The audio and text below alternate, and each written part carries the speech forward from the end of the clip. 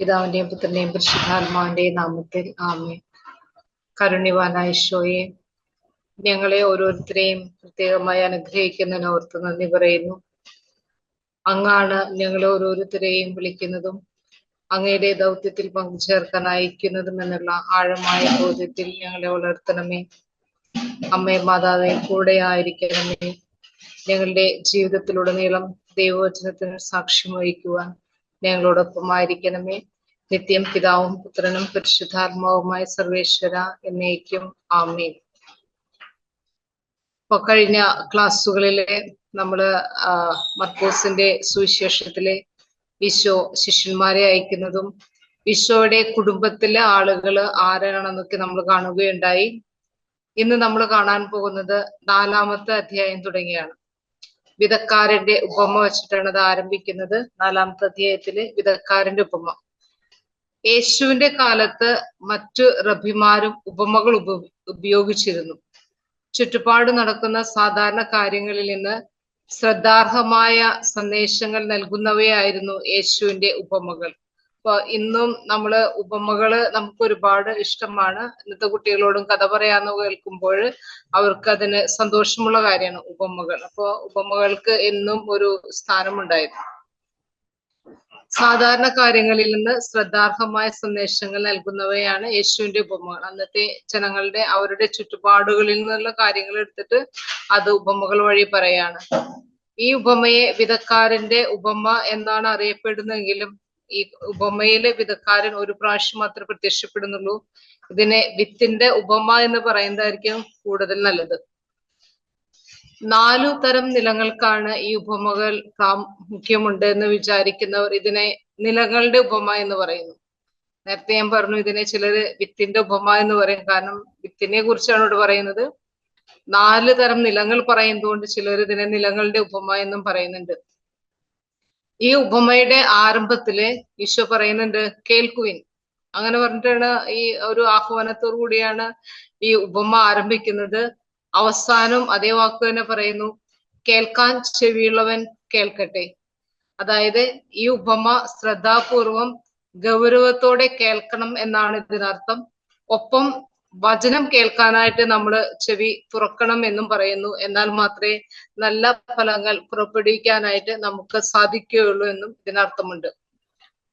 വിതക്കാരൻ യേശുവിന്റെയും വിത അവന്റെ പ്രഘോഷണത്തിന്റെയും വിത്ത് ദൈവവചനത്തിന്റെയും പ്രതീകമാണ്. ഇവിടെ വിതക്കാരൻ എന്ന് പറയുമ്പോൾ യേശുവാണ്, വിത്ത് ഈശോയുടെ പ്രഘോഷണമാണ്, വിത അവന്റെ ദൈവവചനത്തിന്റെ പ്രതീകമാണ്. വിതക്കാരൻ വിതച്ചത് വഴിയരികിലും പാറപ്പുറത്തും മുള്ളുകൾക്കിടയിലും വീണു എന്ന് പറയുന്നു. ഇപ്പോ സാധാരണ നമ്മുടെ മനസ്സിൽ ചിന്ത വരും, എന്തിനാണ് ഈ പാറപ്പുറത്ത് വിത്ത് വിതച്ചതെന്നും മുള്ളുകൾക്കിടയിൽ വിത്ത് വിതച്ചതെന്നും. എന്താ വിതക്കാരന് ബോധമില്ലേ എന്ന് സാധാരണ ചിന്തിക്കും. അതുപോലെ വഴിയരികിലും, നല്ല നിലത്ത് വിതച്ചാൽ മതിയല്ലോ എന്നുള്ള ചിന്ത. അപ്പൊ ഇവിടെ പാറപ്പുറം എന്ന് പറയുന്നത് ഇങ്ങനെ ഡ്രൈ ആയി കിടക്കുന്ന, ഉണങ്ങി വരണ്ട് കിടക്കുന്ന ഒരു പാറപ്പുറമല്ല ഉദ്ദേശിക്കുന്നത്, മണ്ണ് മൂടി കിടക്കുന്ന പാറപ്പുറമാണ്. അപ്പൊ അതുകൊണ്ട് വിതക്കാരനെ നല്ല മണ്ണും പാറപ്പുറവും തിരിച്ചറിയാൻ കഴിയാത്ത വിധത്തില് മണ്ണ് മൂടി കിടക്കുകയാണ്. അതുകൊണ്ടാണ് അവിടെ ആള് വിതച്ചു പോയത്. അതുപോലെ മുൾച്ചെടി എന്നതുകൊണ്ട് ഉദ്ദേശിക്കുന്നത് മുൾച്ചെടികളുടെ വിത്തുകൾ കിടന്നിരുന്ന സ്ഥലമാണ്. അല്ലാതെ മുള്ളുകളുടെ ഇടയിൽ പോയിട്ട് ആള് വിത്ത് വിതച്ചതല്ല, മുൾച്ചെടിയുടെ വിത്തുകൾ കിടന്നിരുന്ന സ്ഥലത്ത്. അപ്പൊ വളർന്നു നിൽക്കുന്ന മുൾച്ചെടികൾക്കിടയിൽ ആരും വിതയ്ക്കാറില്ല.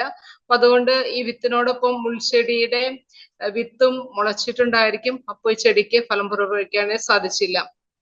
ഇത് വിത്ത് വിതയ്ക്കുമ്പോൾ ഇതെല്ലാം സ്വാഭാവികമായി സംഭവിക്കുന്നതാണെങ്കിലും ആ വിതക്കാരൻ തീരെ ശ്രദ്ധയില്ലാത്തവനാണെന്നുള്ള ഒരു ചിന്ത നമ്മുടെ ഈ വചനം വായിക്കുമ്പോൾ നമുക്ക് തോന്നും. കാരണം അല്പം ബോധമുണ്ടെങ്കിൽ പാറപ്പുറത്ത് മണ്ണുണ്ടെന്നും നിലം നല്ല നമുക്ക് നല്ല വിതക്കാരൻ മനസ്സിലാക്കേണ്ടതാണ് ചിന്ത വരും. ഇവിടെ ഇയാള് ഒരു ധാരാളിത്തത്തോടു കൂടിയിട്ട് വിത്ത് വിതയ്ക്കുകയാണ്. ഇവിടെ ഒരു കാര്യം നമ്മൾ മനസ്സിലാക്കേണ്ടത്, ഇത് ദൈവത്തിന്റെ അതിരില്ലാത്ത ഔദാര്യത്തെയാണ് കാണിക്കുന്നത്.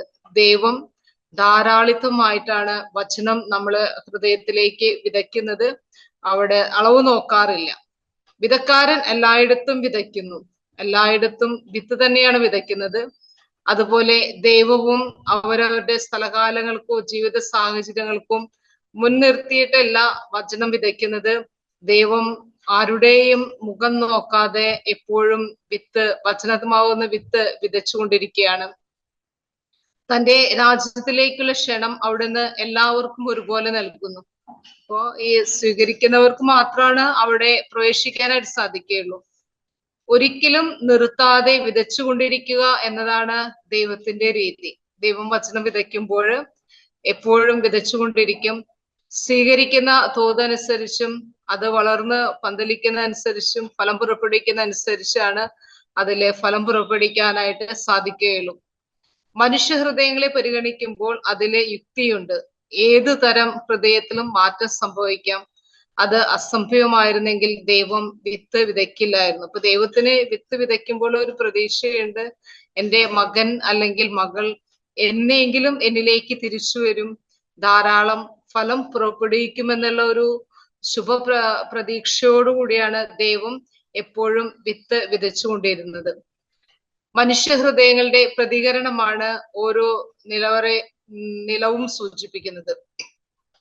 വഴിയരികിലെ വിത്തിന് മുളയ്ക്കാൻ പോലും അവസരം ലഭിക്കുന്നില്ല. കാരണം എപ്പോഴും അവിടെ ആളുകൾ നടന്നു പോകുമ്പോൾ അതിന് ഒരിക്കലും മുളയ്ക്കാൻ പോലും സാധിക്കുന്നില്ല. വിത്ത് നശിക്കാനായിട്ട്, ഇങ്ങനെ വിതച്ച വിത്ത് നശിക്കാനായിട്ട് ഒരുപാട് വഴികളുണ്ട്. വഴിവക്ക് പരുക്കൻ മനസ്സിനെയും നിസ്സംഗതയെയും ശ്രദ്ധക്കുറവിനെയും എല്ലാം സൂചിപ്പിക്കുകയാണ്. പാറപ്പുറത്തെ വിത്തിന് ആഴത്തിൽ വേരോടാൻ അവസരം ലഭിക്കുന്നില്ല. കാരണം അത് സോഫ്റ്റ് ആയിട്ടുള്ള സ്ഥലമല്ല.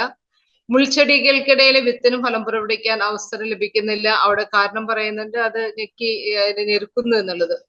വിത്തിന് മുളയ്ക്കാനും വളരാനും ഫലം പുറപ്പെടുവിക്കാനും സാധിക്കുന്ന ഹൃദയമാണ് വിതക്കാരന്റെ സ്വപ്നത്തിലെ നല്ല നിലം. അപ്പൊ ദൈവം വിത്ത് വിതയ്ക്കുമ്പോൾ ദൈവം എന്നിൽ നിന്ന് ആഗ്രഹിക്കുന്നത്, ദൈവം പാകുന്ന ഈ വിത്ത് മുളയ്ക്കണം, വളരണം, ഫലം പുറപ്പെടുവിക്കണം. അപ്പൊ നമ്മുടെ ഹൃദയത്തിലെ വചനം മുളയ്ക്കണം, വചനം വളരണം, വചനത്തിന്റെ ഫലം പുറപ്പെടുവിക്കണം.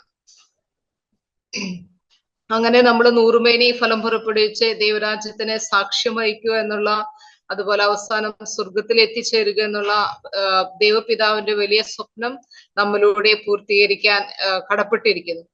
ഇനി 4-ാം അധ്യായം 26-29 സ്വയം വളരുന്ന വിത്തിന്റെ ഒരു ഉപമ പറയാണ്.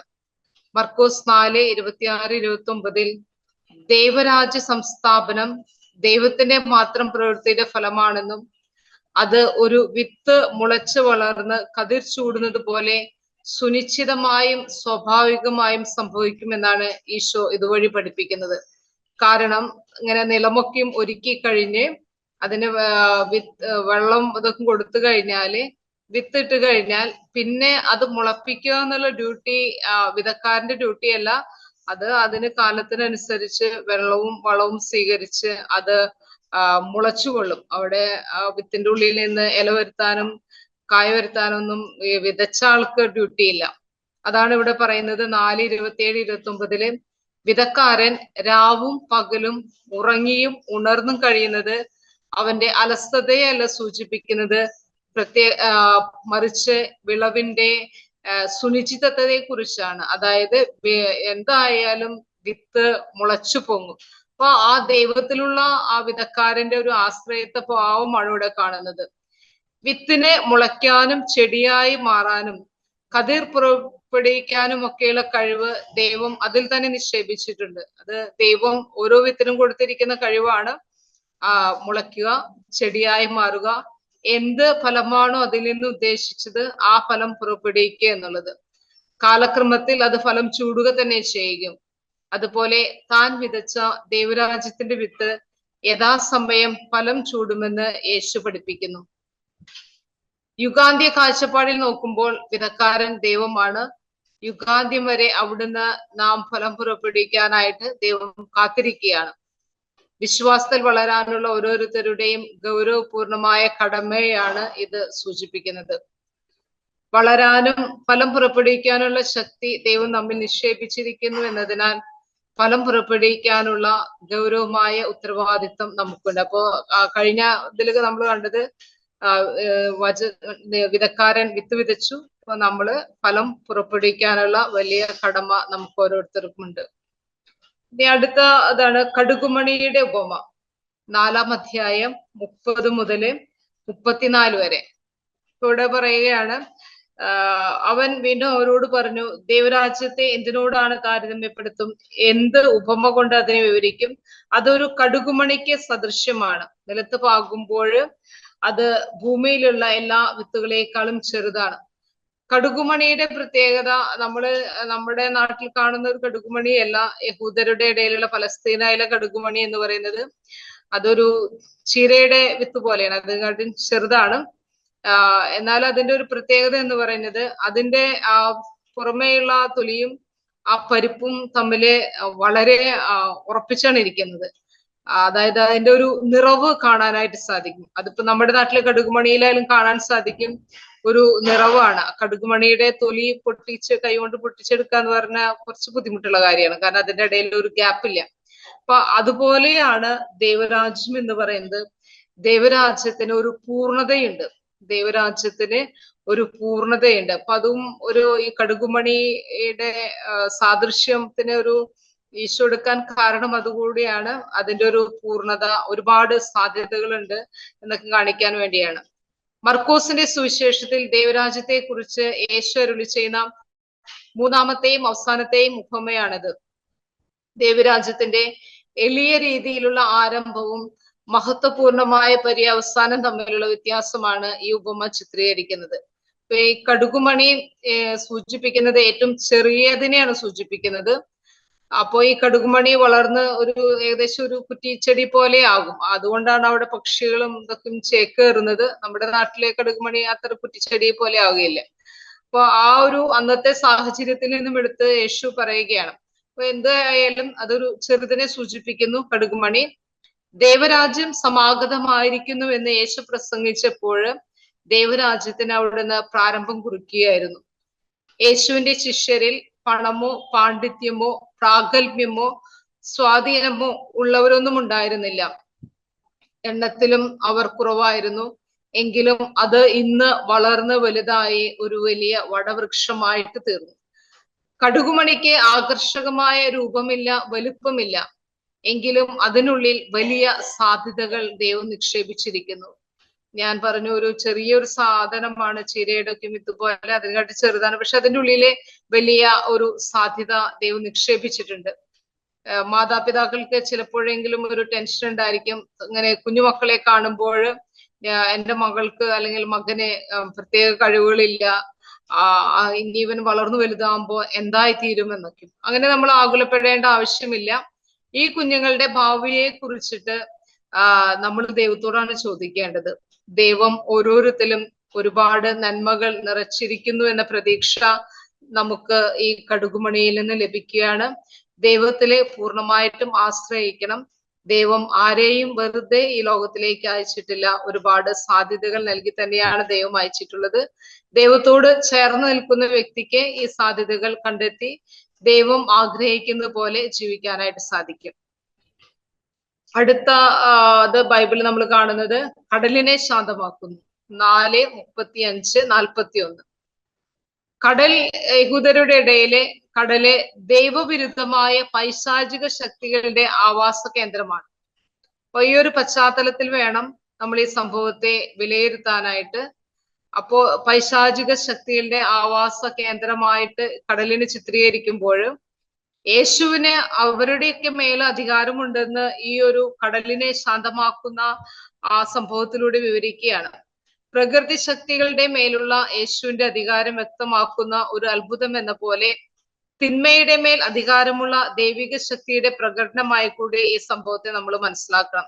ലോകാധിനാഥനായ യേശുവിന് പ്രകൃതി ശക്തികളുടെ മേലും അതുപോലെ തന്നെ തിന്മയുടെ മേലും അധികാരമുണ്ടെന്ന് ഇവിടെ കാണിക്കുന്നു. 4:38 നാം വായിക്കുന്നു, യേശു വഞ്ചിയുടെ അമരത്ത് തലയണ വെച്ച് ഉറങ്ങുകയാണ്. ഞാൻ മർക്കോസിന്റെ സുവിശേഷം ആരംഭിച്ചപ്പോൾ ആദ്യത്തെ ക്ലാസ്സിൽ ഞാൻ പറഞ്ഞിരുന്നു, മർക്കോസ് സുവിശേഷകൻ ഈ സംഭവങ്ങൾ വിവരിക്കുന്നത് ഒരു മൈന്യൂട്ട് കാര്യങ്ങളും ചിലപ്പോൾ വിവരിക്കുന്നതായിട്ട് കാണും. ഒരു ദൃക്സാക്ഷി വിവരണത്തിന്റെ ഒരു പ്രതീതി. അത് യേശു ഒരു നോർമൽ ആയിട്ടുള്ള ഒരാളായിരുന്നു, അവരുടെ കൂടെ ആയിരുന്നു എന്നെല്ലാം കാണിക്കാൻ വേണ്ടിയിട്ടാണ്. ശിഷ്യന്മാര് ഭയപ്പെട്ട് ചോദിക്കുകയാണ്, ഞങ്ങൾ നശിക്കാൻ പോകുന്നു, നീ അത് ഗൗനിക്കുന്നില്ലേ? അത് അവരുടെ ഒരു പരിഭ്രാന്തിയെ വ്യക്തമാക്കിയാണ് ഈ ചോദ്യം. ഞങ്ങൾ നശിക്കാൻ പോകുന്നു, നീ അത് ഗൗനിക്കുന്നില്ലേ, നീ ഇവിടെ സുഖമായി കിടന്നുറങ്ങുകയാണെന്നുള്ളത്. മുക്കുവരാണ് ഇവര്, പ്രധാനപ്പെട്ട ഇവരിൽ പലരും മുക്കുവരായിരുന്നു. അവർക്ക് ഈ കൊടുങ്കാറ്റും തിരമാലകളൊന്നും ഒരു പുത്തരിയല്ല. എന്നിരുന്നാലും അവർ പോലും പേടിക്കണമെങ്കിൽ അത്രമാത്രം ശക്തിയേറിയ ഒരു കൊടുങ്കാറ്റായിരിക്കാം അവർ യാത്ര ചെയ്യുമ്പോൾ വന്നിരുന്നത്. ഇവിടെ യേശു ഉണർന്നു. പിശാചിനെ ശാസിക്കുന്ന രീതിയിൽ തന്നെ യേശു കാറ്റിനെ ശാസിച്ചു. ഏതാണ്ട് ഒരു കാറ്റ് ഒരു വ്യക്തി എന്ന പോലെ യേശുവിടെ കാറ്റിനെ ശാസിക്കുകയാണ്. ഉടനെ കടല് ശാന്തമായി. ഇപ്പോ ഒരു പൈശാചിക ശക്തിയെ ശാസിക്കുന്നത് പോലെ യേശു കാറ്റിനെ ശാസിച്ചു. കാറ്റും കടലും അവന്റെ കൽപ്പനയനുസരിച്ച് ഉടനെ അത് ശാന്തത കൈവന്നു. ഈശോയുടെ ദൈവത്വമാണ് ഇതിലൂടെ വ്യക്തമാക്കുന്നത്. കാരണം ഇതിലൂടെ മർക്കോസ് സുവിശേഷം കാണിക്കുകയാണ് ഈശോയ്ക്ക് കടലിന്റെ മേലും പൈശാചിക ശക്തികളുടെ മേലും അധികാരമുണ്ട്. സങ്കീർത്തനം 89:8-9, 104:5-9, 106:8-9 പറയുന്നുണ്ട് കടലിന്റെ മേൽ അധികാരമുള്ളത് ദൈവത്തിന് മാത്രമാണെന്ന്. അപ്പൊ ഈ ഒരു പ്രവൃത്തിയിലൂടെ മർക്കോസ് സുവിശേഷകൻ അടിയവരയിട്ട് പറയുകയാണ് ഈ ഈശോ ദൈവപുത്രൻ തന്നെയാണ്, അവിടുന്ന് ദൈവമാണെന്ന്. 4:40 വായിക്കുന്നു, ഇങ്ങനെ ഒരു കാറ്റും കോളും എല്ലാം ഉണ്ടായപ്പോൾ പ്രതിസന്ധിയുടെ അവസരത്തില് ഇവരാദ്യം ഈശോയുടെ ശക്തി മനസ്സിലാകാതെ ഒരു അവിശ്വാസത്തോടു കൂടി ചോദിക്കുകയാണ്, നീ ഇത് കാണുന്നില്ലേ എന്നുള്ളത്. അപ്പൊ അതിന് യേശുവിന് ഒരു അല്പം ദുഃഖമുണ്ടായി. കാരണം ഞാൻ കൂടെ ഉണ്ടായിട്ട് പോലും ഇവർക്ക് എന്റെ ശക്തി മനസ്സിലായല്ലോ ഇല്ലല്ലോ എന്നുള്ള ഒരു വിഷമം. വിശ്വാസം എന്നത് ബുദ്ധിപരമായ അവബോധത്തിൽ ഒതുങ്ങുന്നതല്ലെന്നും അത് വലിയ പ്രതിസന്ധിയിൽ ദൈവത്തിൽ ആശ്രയിക്കലാണെന്നും ഇവിടെ വ്യക്തമാക്കുന്നു. നമ്മുടെ ജീവിതത്തിലും അങ്ങനെയാണ്. ഈശോ കൂടെയുണ്ടെന്നൊക്കെ പറയും, എന്നാൽ എന്തെങ്കിലും നമ്മൾ പ്രതീക്ഷിക്കാതെ സംഭവിക്കുമ്പോൾ പലപ്പോഴും നമ്മളും ഈശോയോട് ചോദിക്കും, ഈശോയെ നീ ഇത് കാണുന്നില്ലേ എന്നുള്ളത്. പക്ഷെ സ്നേഹപൂർവ്വം കൊണ്ടും ഫ്രീഡം കൊണ്ടും ചിലപ്പോൾ ചോദിച്ചെന്നിരിക്കും. ഈശോയോട് നല്ലൊരു കൂട്ടുകാരനെ പോലെ, ഉറ്റ ചങ്ങാതിയെ പോലെയൊക്കെ ചോദിക്കും, അതിന് കുഴപ്പമില്ല.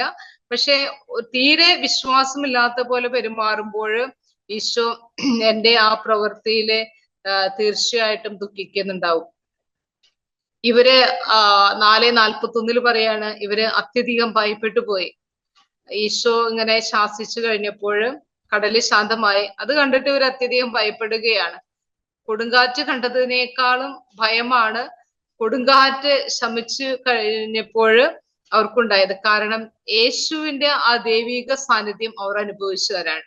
യേശുവിന്റെ ദൈവിക സാന്നിധ്യം അവർ അനുഭവിച്ചപ്പോൾ കൊടുങ്കാറ്റ് ഉണ്ടായപ്പോൾ അനുഭവിച്ച ആ ഭയത്തേക്കാൾ വലിയ ഭയം, അതായത് മഹത്വപൂർണനായ ദൈവിക സാന്നിധ്യത്തിലെ മനുഷ്യനുണ്ടാകുന്ന ഒരു വികാരമാണ് ഒരു റെസ്പെക്റ്റ്ഫുൾ ആയിട്ടുള്ള ഒരു ഭയം. അപ്പൊ ഇവര് യേശു ആരാണെന്ന് കുറച്ചും കൂടി മനസ്സിലാക്കി ആ യേശുവിനെ ശക്തിയിൽ ഇവര് കൂടുതൽ ആ വിശ്വാസത്തിൽ ഇവര് ആഴപ്പെട്ടത് വഴി. പിന്നീട് മർക്കോസിന്റെ സുവിശേഷം 5-ാം അധ്യായം 21:43 രക്തസ്രാവക്കാരി സ്ത്രീ ജായറോസിന്റെ മകളെ ഈശോ ജീവൻ കൊടുക്കുന്നത് ഈ രണ്ട് സംഭവങ്ങൾ വിവരിക്കുന്നുണ്ട്. രക്തസ്രാവക്കാരി സ്ത്രീ ജായറോസിന്റെ മകള്, ഇങ്ങനെ രണ്ട് സംഭവം ഒരെണ്ണത്തിൽ വിവരിക്കും. ആദ്യം ഒരെണ്ണം തുടങ്ങും, പിന്നീട് അതിന്റെ ഇടയിൽ വേറൊരെണ്ണം കൂട്ടിച്ചേർക്കും, വീണ്ടും അത് തന്നെ ആദ്യത്തെ തുടങ്ങും. ഇതിനെ പറയുന്നതാണ് സാൻഡ്വിച്ച്. നമ്മള് സാൻഡ്വിച്ച് കഴിക്കാറുണ്ടായിരിക്കും, രണ്ട് ബ്രെഡിന്റെ ഇടയിൽ എന്തെങ്കിലും ടേസ്റ്റുള്ള ഒരു സാധനം വെച്ച് സാൻഡ്വിച്ച് കഴിക്കും. അപ്പൊ അതുപോലെയാണ് ഈ മർക്കോസ് സുവിശേഷകൻ ഇവിടെ ഈ ഉപമ പറയുന്നത്. ഒരു സാൻഡ്വിച്ച് ടെക്നിക്ക് എന്നാണ് ഇത് പറയുന്നത്. രണ്ട് സംഭവങ്ങള് ഒരു കഥയ്ക്കകത്ത് തന്നെ മറ്റൊരു കഥ തിരുകുന്ന രചനാ സങ്കേതമാണിത്. ആദ്യം ഇവിടെ ജായറോസിന്റെ മകളെ ഉയർപ്പിക്കുന്ന വിവരണം ആരംഭിക്കുന്നു. അത് ആരംഭിച്ച് കുറച്ചു കഴിഞ്ഞിട്ട് ആളുടെ വീട്ടിലേക്ക് പോവുകയാണ്. ആ പോകുന്ന വഴിക്ക് ഈശോ രക്തസ്രാവക്കാരിയെ സുഖപ്പെടുത്തുന്ന സംഭവം വിവരിക്കുന്നു. ആ സംഭവത്തിന് ശേഷം ആദ്യ വിവരണത്തിന്റെ ബാക്കി. അപ്പൊ ഈ രണ്ട് ബ്രെഡ് എന്ന് ഞാൻ പറഞ്ഞല്ലോ, അപ്പൊ ആ രണ്ട് ബ്രെഡ് പീസായിട്ട് നിൽക്കുന്നത് ജായറൂസിന്റെ മകളുടെ സംഭവമാണ്. സാൻഡ്വിച്ച് ആയിട്ട് നിൽക്കുന്ന അതിന്റെ ഉള്ളിൽ വെക്കുന്ന what ever it may be, ഓരോരുത്തർക്ക് ഇഷ്ടമുള്ളത് ചിലപ്പോൾ വെക്കും, എഗ് വെക്കുന്നവരുണ്ടായിരിക്കാം, ചട്നി വെക്കുന്നവർ, അത് രക്തസ്രാവക്കാരിയെ സുഖപ്പെടുത്തുന്ന സംഭവമാണ്. ജായറോസ് എന്ന വാക്കിന് ദൈവം പ്രകാശിപ്പിക്കും എന്നാണ് അർത്ഥം. സംഖ്യയുടെ പുസ്തകം 32:41, ന്യായാധിപൻ 10:3-5 ഇതെല്ലാം നമുക്ക് കാണാനായിട്ട് സാധിക്കും. ഈ ജായറോസ് സിനഗോഗിന്റെ സാമൂഹികവും ഭൗതികവുമായ കാര്യങ്ങളുടെ നടത്തിപ്പിന് ചുമതലപ്പെട്ട ആളായിരുന്നു. അയാളുടെ ദുഃഖത്തിന്റെ കാരണം അയാളുടെ കൊച്ചുമകൾ മരിക്കാറായി കിടക്കുന്നു എന്നാണ്. യേശു വന്ന് അവളുടെ മേൽ കൈകൾ വെച്ച് രോഗം മാറ്റണമെന്നാണ് അയാളുടെ യാചന. അപ്പോൾ ശക്തനായ സൗഖ്യദായകന്റെ സ്പർശനത്തിലൂടെ അത്ഭുത ശക്തി രോഗിയിലേക്ക് പ്രവഹിക്കുമെന്ന വിശ്വാസമാണ് ഇതിന് പിന്നിലുണ്ടായിരുന്നത്. അപ്പൊ ജായറോസിന് തീർച്ചയായിട്ടും ഒരു വിശ്വാസം ഉണ്ടായിരുന്നു, യേശു എന്റെ മകളെ സ്പർശിച്ചാല് അവള് സൗഖ്യം പ്രാപിക്കും എന്നുള്ളത്. ഈ ജായറോസിന്റെ അഭ്യർത്ഥനയിൽ നമുക്ക് ഒരേ സമയം അവന്റെ വിശ്വാസം കാണുന്നു, അതേസമയം വിശ്വാസക്കുറവും കാണുന്നുണ്ട്. ആളുടെ വിശ്വാസം കാണുന്നത്, ആള് പറയുന്നത് എന്റെ കൊച്ചുമകളെ സുഖപ്പെടുത്താനായിട്ട് യേശുവിന് സാധിക്കും.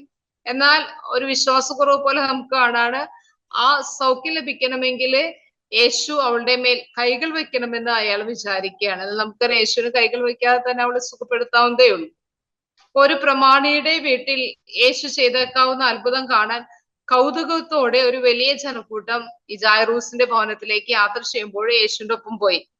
അങ്ങനെ ഈ യാത്രക്കിടയിലാണ് രക്തസ്രാവ സ്ത്രീയായ സുഖപ്പെടുത്തുന്ന സംഭവം നടക്കുന്നത്. ലേവ്യരുടെ പുസ്തകം 15-ാം അധ്യായം 25-30 അനുസരിച്ച് രക്തസ്രാവക്കാരി സ്ത്രീ അതിൽ തന്നെ അശുദ്ധയാണ്. അവൾ തൊടുന്നതെല്ലാം അശുദ്ധമായി തീരും. ഇവിടെ വ്യക്തമായിട്ട് പറയുന്നുണ്ട് 12 വർഷമായിട്ട് അവൾ ഇതില് അസുഖമായിരിക്കുകയാണ്. എന്നാൽ ഇവൾ പല ഡോക്ടേഴ്സിനെയും കണ്ടു, വൈദ്യന്മാരുടെ അടുത്തേക്കും പോയി. എന്നാൽ ഇവളുടെ സ്ഥിതി മെച്ചപ്പെടുകയല്ല, കൂടുതൽ മോശമാവുകയാണ് ചെയ്തത്. ഈ വൈദ്യന്മാരുടെ അടുത്തേക്ക് പോവുകയും കൈവശമുള്ളതെല്ലാം ചെലവഴിക്കുകയും ചെയ്യുന്നത് എന്ന് പറയുമ്പോൾ ഇവളൊരു പാവപ്പെട്ട സ്ത്രീയല്ല, ഒരുവിധം പ്രഭു കുടുംബത്തിലെ ആളാണ്. അല്ലാതെ അങ്ങനെ വൈദ്യന്മാരുടെ അടുത്തൊന്നും അന്നത്തെ കാലത്ത് ആളുകൾ പോകാറില്ല. 5:28 വായിക്കുന്നു, അങ്ങനെ ഒരുപാട് ആളുകൾ ഞെക്കിയിരിക്കുമ്പോൾ അവളെ യേശുവിന്റെ വസ്ത്രത്തിൽ തൊടുകയാണ്. പ്രാർത്ഥനാപൂർവം അവളെ യേശുവിന്റെ വസ്ത്രത്തിൽ തൊട്ട് കഴിഞ്ഞപ്പോൾ യേശുവിൽ നിന്നും ശക്തി പ്രവഹിച്ച് അവൾക്ക് സൗഖ്യം ലഭിക്കുന്നു. യേശുവിന്റെ കൂടെ നടക്കുമ്പോൾ, ഈ കൂട്ടത്തിൽ നടക്കുമ്പോൾ പലരും സ്പർശിച്ചിട്ടുണ്ടായിരിക്കും. അവര് പക്ഷെ പ്രാർത്ഥനാപൂർവമുള്ള ഒരു സ്പർശനമായിരുന്നില്ല. അതുകൊണ്ട് തന്നെ യേശുവിൽ നിന്നും ശക്തി മറ്റുള്ളവരിലേക്ക് പ്രവഹിച്ചില്ല. എന്നാൽ പ്രാർത്ഥനാപൂർവം വിശ്വാസപൂർവം യേശുവിനെ സമീപിച്ചപ്പോൾ, യേശുവിനെ സ്പർശിച്ചപ്പോൾ യേശുവിൽ നിന്നും സൗഖ്യത്തിൻ്റെതായ ശക്തി പ്രവഹിച്ചു. അവൾക്ക് രോഗസൗഖ്യം ലഭിച്ചു. വസ്ത്രത്തിലുള്ള സ്പർശനം കൊണ്ട് തന്നെ സുഖം പ്രാപിക്കാൻ മാത്രം രോഗസൗഖ്യ ശക്തി നിറഞ്ഞ് തുളുമ്പി നിൽക്കുന്ന വ്യക്തിയായിട്ടാണ് അവൾ യേശുവിനെ കണ്ടത്. യഹൂദർ നാലറ്റത്തും ഇങ്ങനെ ശക്തി പ്രവഹിച്ചപ്പോഴും യേശുവിന് അത് മനസ്സിലായി എന്നുള്ളത് വേറൊരു പ്രത്യേകതയാണ്. യഹൂദർ നാലറ്റത്തും തൊങ്ങലുകളുള്ള ഷോളുകൾ ധരിച്ചിരുന്നു, പ്രത്യേകിച്ച് പ്രാർത്ഥനാ വേളകളില്. ചിലപ്പോൾ യേശുവും ഈ ജായറോസിന്റെ മകളെ ഉയർപ്പിക്കാനായിട്ട് അങ്ങനെ ഒരു ഷോള് ധരിച്ചിട്ടുണ്ടായിരിക്കാം. അതിന്റെ വിളുമ്പിലായിരിക്കാം അവൾ സ്പർശിച്ചിട്ടുള്ളത്. ഈ സ്പർശിച്ചു കഴിഞ്ഞപ്പോൾ 5:29 നാം കാണുന്നുണ്ട്, യേശു പ്രത്യേകിച്ച് ഒന്നും ചെയ്തില്ല, പറഞ്ഞില്ല. ഉടനടി അവൾക്ക് പൂർണ്ണ സൗഖ്യം പ്രാപിക്കുന്നു. അവൾ അത് അനുഭവിക്കുകയും ചെയ്തു. അവളെ അതുവരെ ചികിത്സിച്ച് അവളുടെ സ്ഥിതി വഷളാക്കിയ പല വൈദ്യന്മാരും യേശുവും തമ്മിലുള്ള വ്യത്യാസം ഇവിടെ സ്പഷ്ടമായിട്ട് കാണുകയാണ്. എന്നാൽ യേശു 5:30-32 കാണുന്നത്, ആരാണ് തന്റെ വസ്ത്രത്തിൽ സ്പർശിച്ചത് എന്ന് യേശു ചോദിക്കുന്നുണ്ട്. ശിഷ്യന്മാര് തീർച്ചയായിട്ടും വിചാരിച്ചിട്ടുണ്ടായിരിക്കും യേശുവിന് വില വട്ടായിരിക്കുന്നു. കാരണം ഒരു കൂട്ടത്തിന്റെ കൂടെ നടക്കുമ്പോൾ ചോദിക്കുകയാണ്, ആരാണ് എന്റെ വസ്ത്രത്തിൽ സ്പർശിച്ചതെന്ന്. അപ്പൊ ശിഷ്യന്മാർക്ക് അത്രയേ അനുഭവം ഉണ്ടായിട്ടുള്ളൂ. എന്നാൽ യേശുവിന് തന്നിൽ നിന്നും ശക്തി പ്രവഹിച്ചു കഴിഞ്ഞപ്പോൾ മനസ്സിലായി. യേശു ചുറ്റും നോക്കിയപ്പോൾ തിക്കിത്തിരക്കുന്ന ജനക്കൂട്ടത്തിനിടയില് വിശ്വാസം സ്ഫുരിക്കുന്ന മുഖം യേശു അന്വേഷിക്കുകയാണ്. ആ വിശ്വാസത്തോടു കൂടിയുള്ള ഒരു ചെറിയ സ്പർശനം അവൻ ഒരു വേളയിൽ കണ്ടു. തന്റെ സൗഖ്യപ്രാപ്തി സ്വശരീരത്തിൽ അവൾ അനുഭവിച്ചപ്പോൾ തന്റെ മുന്നിൽ നിൽക്കുന്നതിന്റെ ശക്തിയും മഹത്വവും അവൾ നേരിട്ടറിഞ്ഞു. അത് അവളെ പരിഭ്രാന്തരാക്കിയിട്ടുണ്ടായിരിക്കാം. എന്നാൽ യേശു അവളെ ഇവിടെ ശകാരിക്കുന്നില്ല. അവളോടുള്ള അവന്റെ പ്രതികരണം വളരെ വാത്സല്യപൂർവമായിരുന്നു. യേശു അവളെ വിളിക്കുന്നത് മകളെ എന്നാണ്. അങ്ങനെ അവളുടെ വിശ്വാസം അവളെയും യേശുവിന്റെ കുടുംബത്തിലെ അംഗമാക്കി.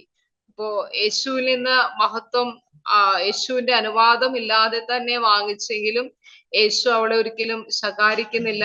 വളരെ ദയുള്ള യേശു അവളെ മകളെ എന്ന് സ്നേഹപൂർവ്വം വിളിക്കുകയാണ്.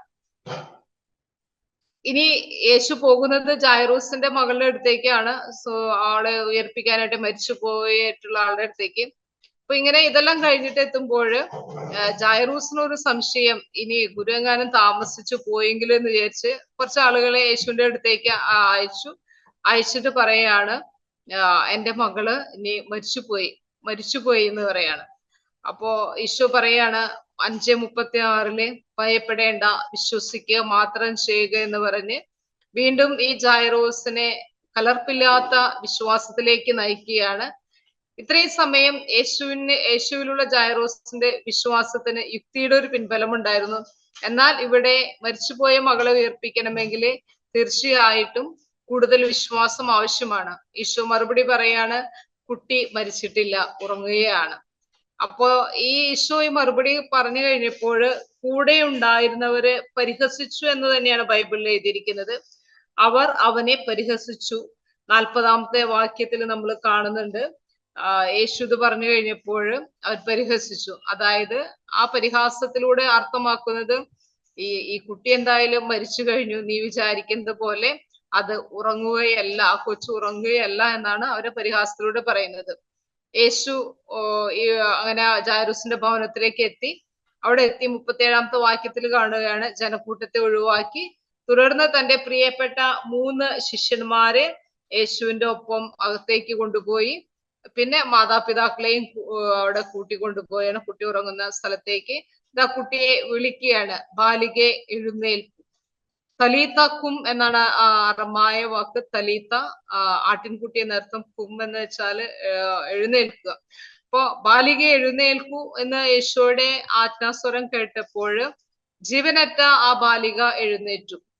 തലീത്ത എന്ന അറമായ വാക്കിന് ആട്ടിൻകുട്ടി എന്നർത്ഥം. ഇടയൻ ആടിനെ വിളിച്ച് മരണത്തിന്റെ താഴ്വരയിൽ നിന്നുകൊണ്ട് അത് വിളി കേട്ട് അടുത്തേക്ക് വന്നു. അങ്ങനെ ആ ബാലികയും ഈശോയുടെ കുടുംബത്തിൽ അംഗമായി തീർന്നു. ബാലിക മാത്രമല്ല, ബാലികയുടെ ഭവനത്തിലുള്ളവരും ഈശോയുടെ കുടുംബത്തില് അംഗമായി തീർന്നു. ഈ ബാലികയ്ക്കും 12 വയസ്സ് പ്രായമുണ്ടായിരുന്നു. രക്തസ്രാവക്കാരി സ്ത്രീക്കും 12 വർഷമായി അവൾ രോഗബാധിതയായിരുന്നു. അപ്പൊ ഈ സാൻഡ്വിച്ച് ഉപമ അല്ലെങ്കിൽ സംഭവത്തില് ഈശോയിലുള്ള അവരുടെ രണ്ടുപേരുടെയും വിശ്വാസമാണ് നമ്മൾ കാണാനായിട്ട് സാധിക്കുക. അപ്പൊ ധനവാനും പ്രമാണിയുമായ ജായറൂസിന്റെ കുട്ടിയെ സഹായിക്കാൻ പോകുന്ന തിരക്കിനിടയിലും പേരില്ലാത്ത, സമൂഹത്തിൽ വിലയില്ലാത്ത, അശുദ്ധയായി കണക്കാക്കിയിരുന്ന ഒരു സ്ത്രീ അടുത്തു വരാനായിട്ട് ഈശോയ്ക്ക് അടുത്തു വന്നപ്പോൾ ഈശോ അതിന് തടസ്സമൊന്നും നിന്നില്ല. കാരണം ഈശോയുടെ ഹൃദയത്തിലെ എല്ലാവർക്കും പേരുണ്ട്, എല്ലാവരും വിശുദ്ധരാണ്. ഈശോ എല്ലാവരുടേതുമാണ്, എല്ലാവരെയും സ്വന്തമാക്കാൻ വന്നവരാണ്. അപ്പൊ ഈശോ എല്ലാവർക്കും സൗഖ്യം നൽകാനായിട്ട് സമയം കണ്ടെത്തിയ വ്യക്തിയുമാണ്.